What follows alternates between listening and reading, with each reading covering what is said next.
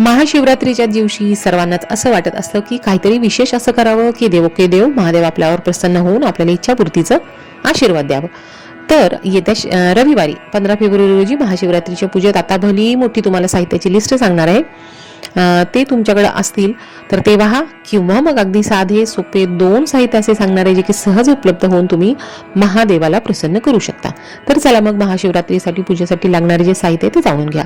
सर्वात पहिले की स्वच्छ पिण्याचं पाणी घ्यायचं आहे आणि स्वच्छ करून लखलखीत करून तुम्हाला तांब्या, ताम्हण, पळी, गळती इतर जे पूजा साहित्य आहे देव सगळे स्वच्छ लखलखीत करून घ्यायचे आहेत. यासोबत हात पुसण्यासाठी एक स्वच्छ कापड ठेवा.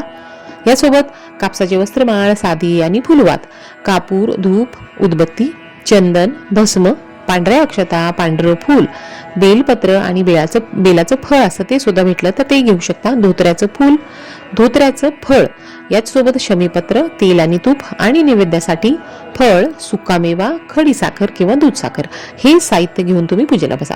आता सर्वात महत्वाचं की ते 2 साहित्य कोणते आहेत की ज्यांचा वापर करून तुम्ही अगदी साधी सोपी महाशिवरात्रीची पूजा करू शकता. तर सर्वात महत्वाचं की शुद्ध स्वच्छ पाण्याने भरलेला तांब्या.